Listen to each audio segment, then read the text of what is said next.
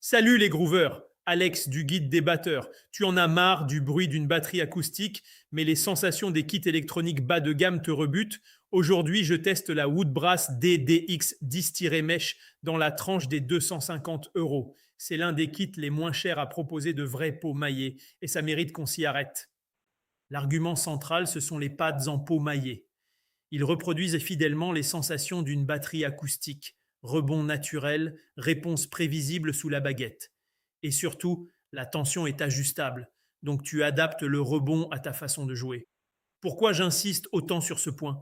Parce que c'est ce qui distingue un kit sur lequel tu progresses d'un kit qui t'installe de mauvaises habitudes. Sur un pad en caoutchouc, la baguette rebondit de façon sèche et artificielle. Ton poignet compense, tu développes une technique qui ne se transpose pas. Sur une peau maillée, ce que tu apprends chez toi fonctionne aussi derrière une acoustique. À ce niveau de prix, trouver cette technologie n'a rien d'évident. Deuxième point fort, le silence. C'est un kit pensé pour la pratique à domicile. Tu peux travailler le soir, en appartement, sans transformer chaque session en négociation avec le voisinage.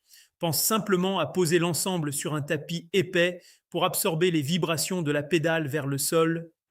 Côté module, tu as ce qu'il faut pour travailler sérieusement. Les sons de base pour couvrir les styles courants et une prise en main directe. Ce n'est pas un module de production, c'est un module d'entraînement. Et il assume ce rôle sans te noyer sous les menus. L'ergonomie est simple et le kit se monte sans difficulté. C'est un point qu'on néglige souvent. Un kit pénible à régler, c'est un kit qu'on finit par laisser dans un coin. Ici, tu installes, tu ajustes à ta morphologie et tu joues. Alors pour qui?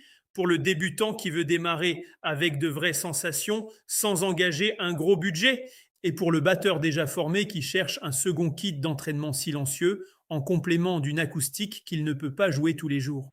Mon batteur score 8,2 sur 10. Et pour bien situer ce kit, si tu veux monter d'un cran, la DDX 50 mèches de la même marque ajoute un Charleston sur pied dédié et des crashs avec choke pour environ 200 euros de plus. Mais si ton budget est ferme et que tu veux l'essentiel, c'est-à-dire des pots maillés et un jeu silencieux, la DDX10 Mesh remplit son contrat. Le test complet, avec le prix du jour et le lien produit, est dans la description. Rendez-vous sur le guidedesbatteurs.com. Allez, à tes baguettes. Abonne-toi pour ne rien rater des prochains tests.